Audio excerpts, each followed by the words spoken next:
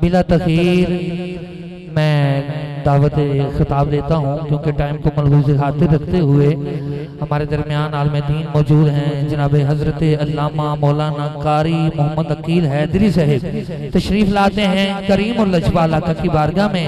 जो मौजू आपको दिया गया है वो पेश करने की सआदत हासिल करते हैं।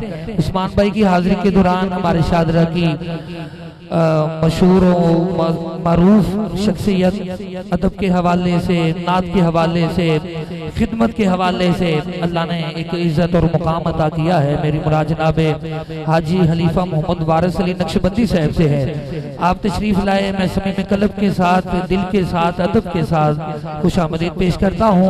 बिला तखीर जनाब हज़रत अल्लामा मौलाना कारी मोहम्मद अकील हैदरी साहब।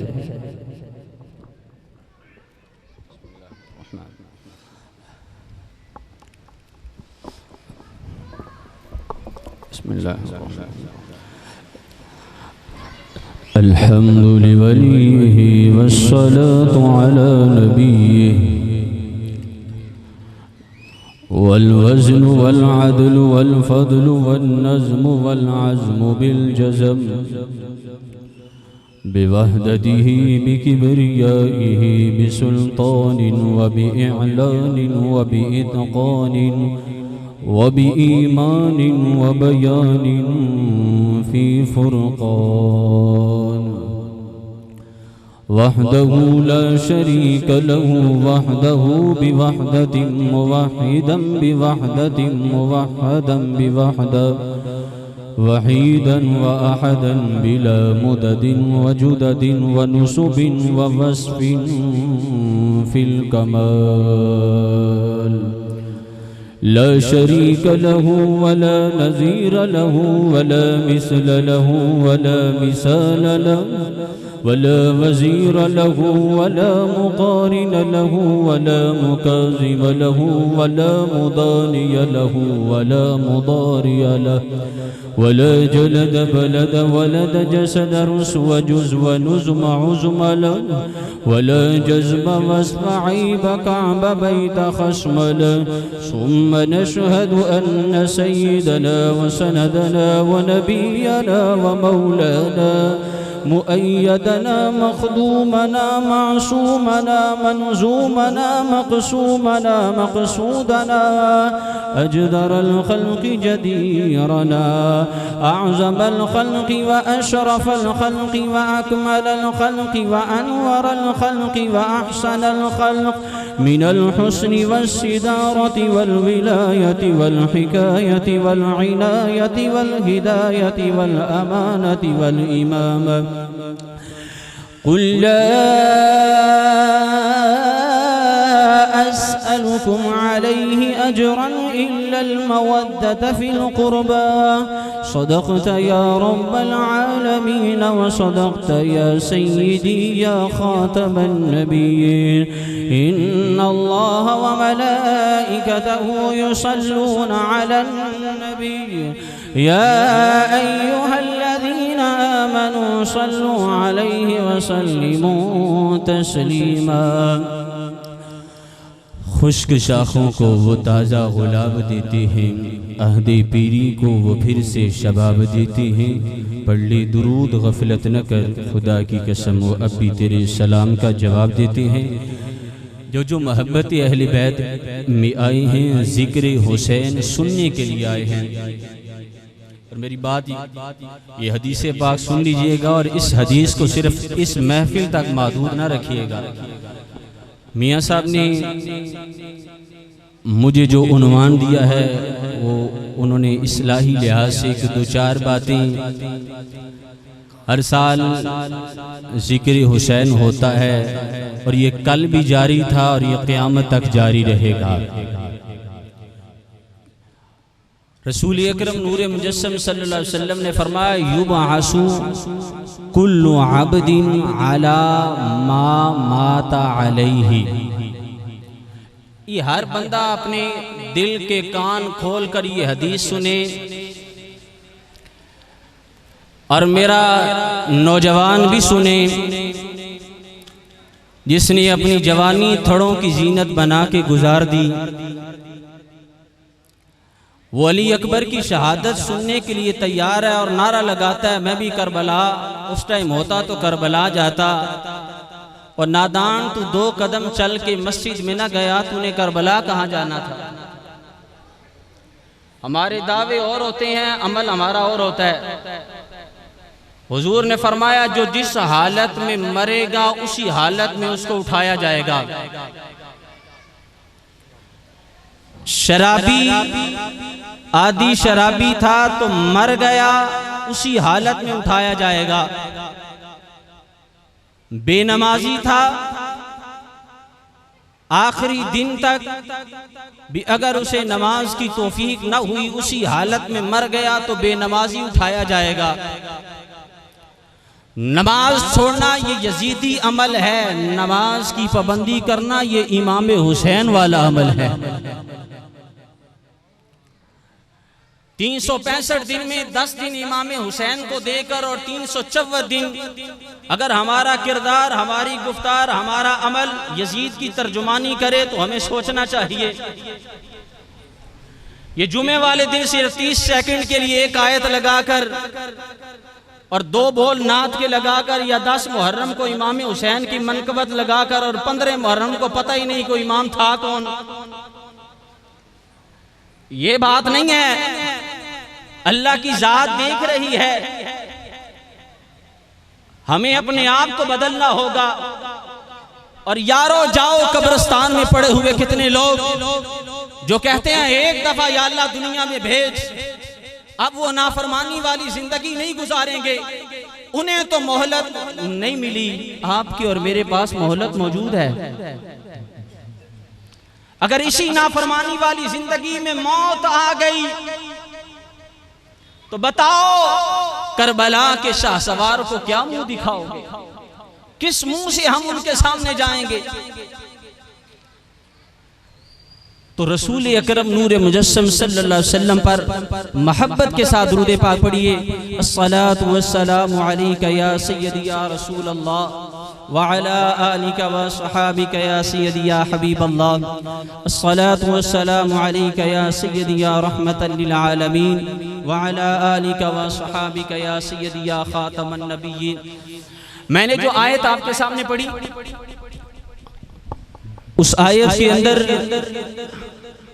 अल्लाह ने कहा अपने महबूब से कि महबूब आप अपनी जुबान मुबारक से फरमा दें।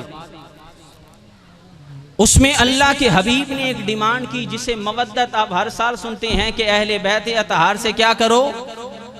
और कुरान ने दूसरी जगह कहा कि ये मवद्दत है क्या, वमिन आयातिही अन खलक़लकुम मिन अनफुसिकुम अज़वाजन लितस्कुनू इलैहा व जअल बैनकुम मवद्दतन व रहमा।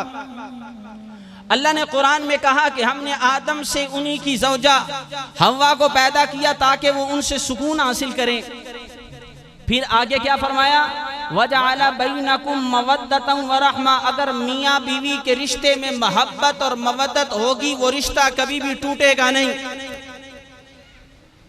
जिस घर के अंदर शोहर बीवी का एहतराम करे, बीवी शोहर से मोहब्बत करे, तो वो घर अमन का गहवारा रहता है। जब मियाँ बीवी के दरमियान मोहब्बत और मवद्दत हो वो घर टूटता नहीं। और कुरान का दूसरा मकाम बता रहा है, कुल ला अस्अलुकुम अलैहि अजरन इल्लल मवद्दत फिल कुर्बा। फरमाया मियाँ बीवी के दरमियान अगर मवद्दत होगी वो रिश्ता नहीं टूटेगा। और जिस इंसान के सीने में अहले बैत की मवद्दत होगी उससे कभी ईमान नहीं छूटेगा। मियाँ बीवी के दरमियान अगर मवद्दत होगी तो रिश्ता नहीं टूटेगा। और जो कलमा पढ़ने वाला हो और मवद्दत अहले बैत न हो वो लाख दावे करता रहे मोमिन होने के। रसूल अकरम ने फरमाया, अल मुस्तदरक लिल हाकिम की हदीस, फरमाया खबरदार किसी की दाढ़ी पर, किसी के जुब्बा और दस्तार पर, किसी की लंबी रकातों की तरफ न जाना, किसी की अच्छी कुरान की तिलावत देकर उसके दीवाने न हो जाना। फरमाया कोई बंदा सारी जिंदगी मकाम इब्राहिम के करीब जिंदगी गुजार दी, नफल पढ़ते हुए, नमाजें पढ़ते हुए, कुरान की तिलावतें करते हुए, और उसके सीने के अंदर अहले बैत की मोहब्बत नहीं होगी, वो जहन्नम का ईंधन बनेगा। जन्नत उसी को मिलेगी जिसके सीने के अंदर जन्नत के सरदारों की मोहब्बत मौजूद होगी, जिसके सीने के अंदर।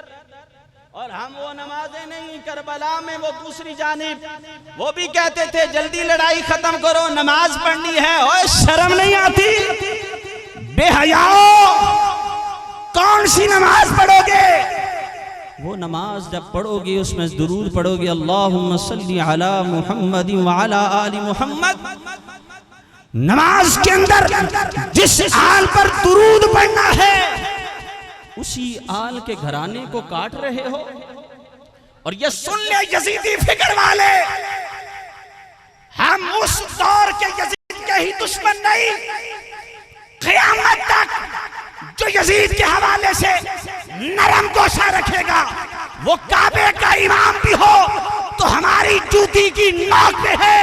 हम इमाम उसी को मानेंगे जिसके सीने के अंदर इमाम हुसैन की मोहब्बत मौजूद होगी, क्योंकि रसूल अकरम ने फरमाया अल्लाह से मोहब्बत करो इसलिए कि अल्लाह ने तुम्हें नेमतें अता की।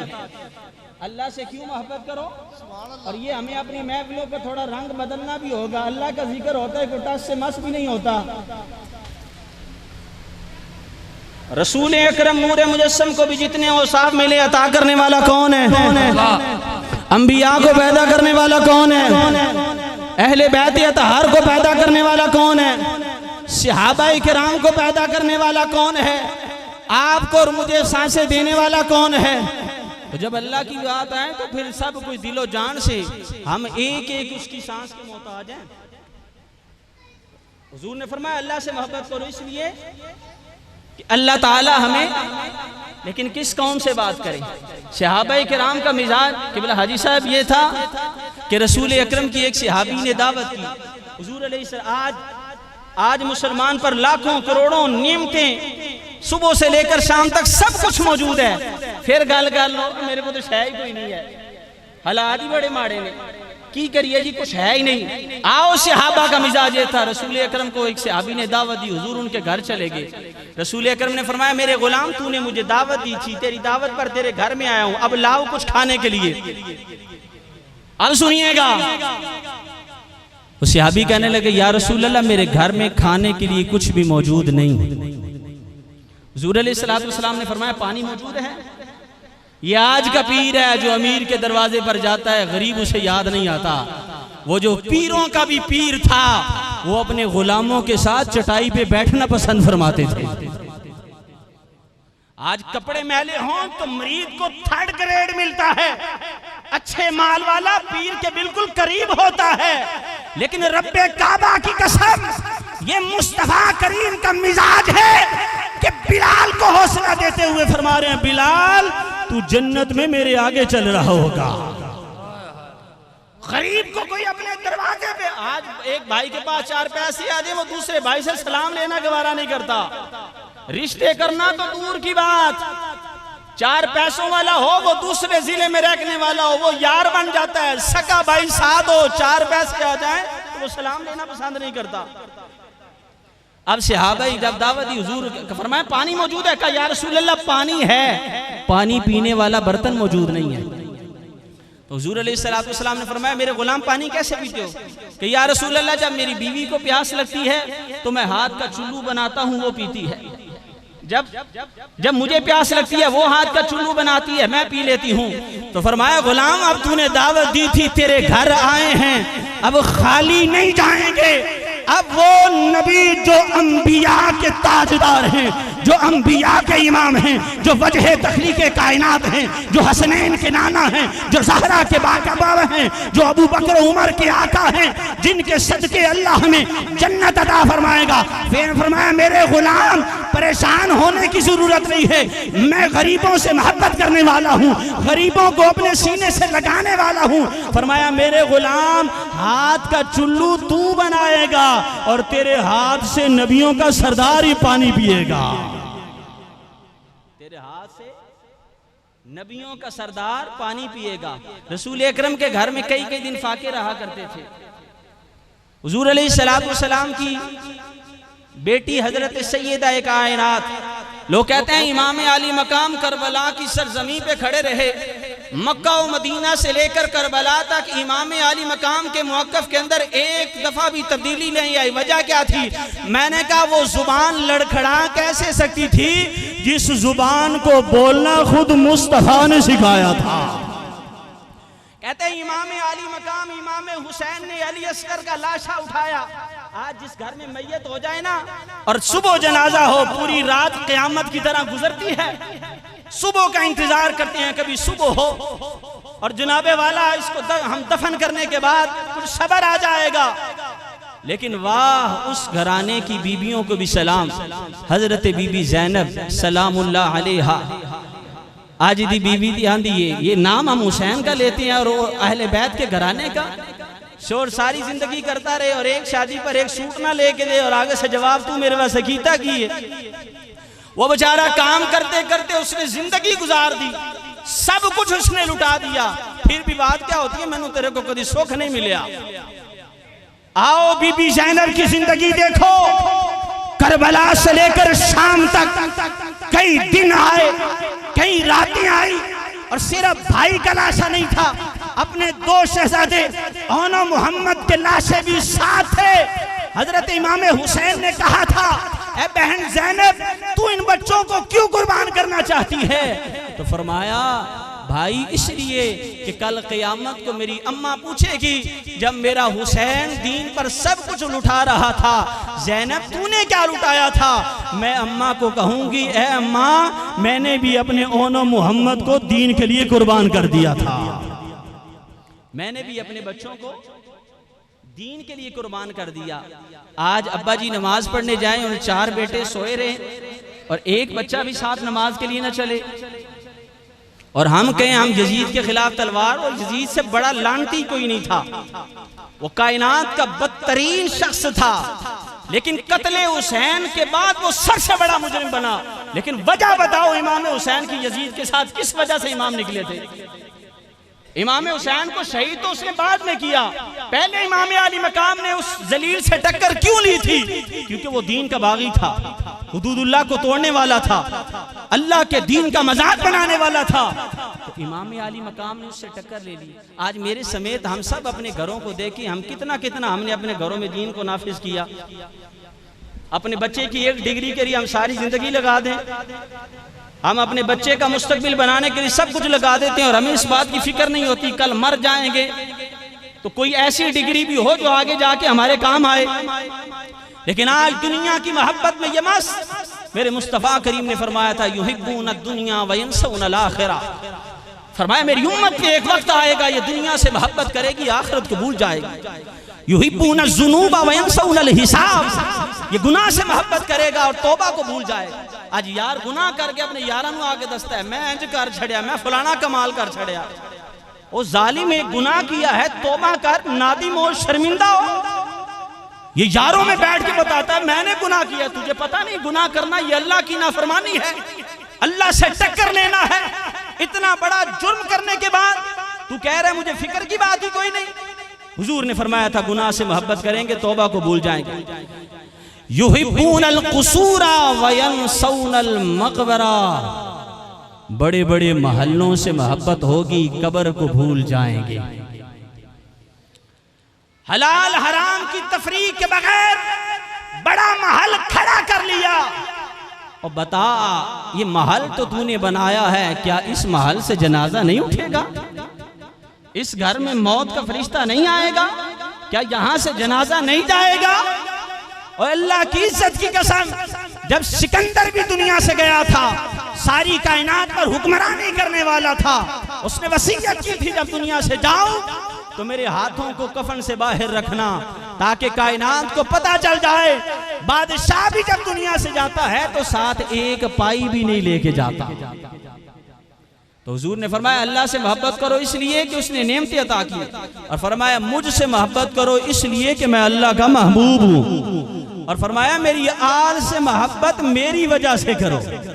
जो भी या रसूल अल्लाह कहने वाला, रसूल अकरम नूर मुजस्सम, ताजदार खत्म नबूवत, ताजदार मदीना का नारा लगाने वाला है, ऐसा मुमकिन नहीं है कि नाना की मोहब्बत हो और नवासे की मोहब्बत दिल में ना हो। रसूलुल्लाह से मोहब्बत हो, रसूलुल्लाह की आल से दुश्मनी, तू कलमा छोड़ दे, कोई और मजहब इख्तियार कर ले, दीन इस्लाम में कलमा उसी का कबूल होगा जो ज़हरा के बच्चों से प्यार करने वाला होगा, जो ज़हरा की आल की मोहब्बत जिसके दिल में मौजूद होगी, जिसके सीने में मोहब्बत मुस्तफ़ा मौजूद होगी। हुजूर ने फरमाया था अला व मम्माता अला हुब्बी आली मुहम्मदिन मात शहीदा। फरमाया लोगों सुन लो, जो अहले बैत अतहार की मोहब्बत को लेकर दुनिया से जाएगा, फरमाया समझ लेना वो दुनिया से शहादत का मर्तबा पाके जा रहा है। जो अहले बैत से मोहब्बत करने वाला होगा, हुजूर अलैहिस्सलातु वस्सलाम ने फरमाया वो मेरी अहले बैत की मोहब्बत सफीना नूह है। जैसे कौमे नूह पर अजाब आया था, जो हजरत नूह अलैहिस्सलाम की कश्ती में सवार हुए थे, फरमाया वो बच गए थे। और इस उम्मत में जो अहले बैत की मोहब्बत की कश्ती में सवार हो जाएगा, वो ना दुनिया में हलाक होगा ना आखिरत में हलाक होगा। लेकिन हमें करबला के साथ साथ हमें इस बात को भी देखना होगा कि करबला हुई क्यों।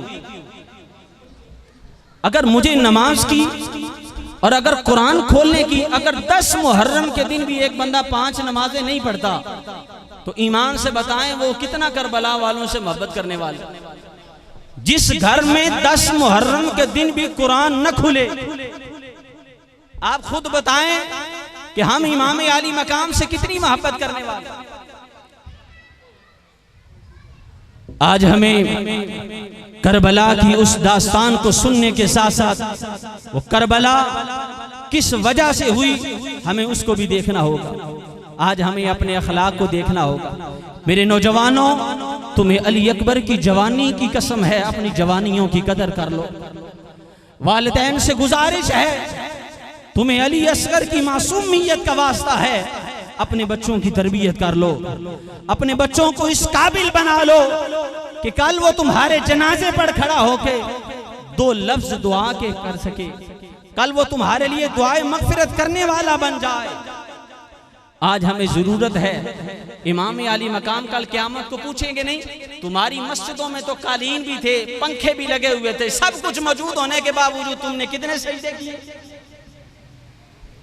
इमाम आली मकाम इमाम हुसैन का जिस्म सारा जख्मों से छलनी था। अब ये तो हम सुनने के लिए तैयार है कि इमाम हुसैन ने नेज़े पर कुरान की तिलावत की, वो तो नेज़े की नोक पर कुरान पढ़े और हम मस्जिद में कारपेट बिछा हो और वहां कुरान खोलने की तौफीक ना हो।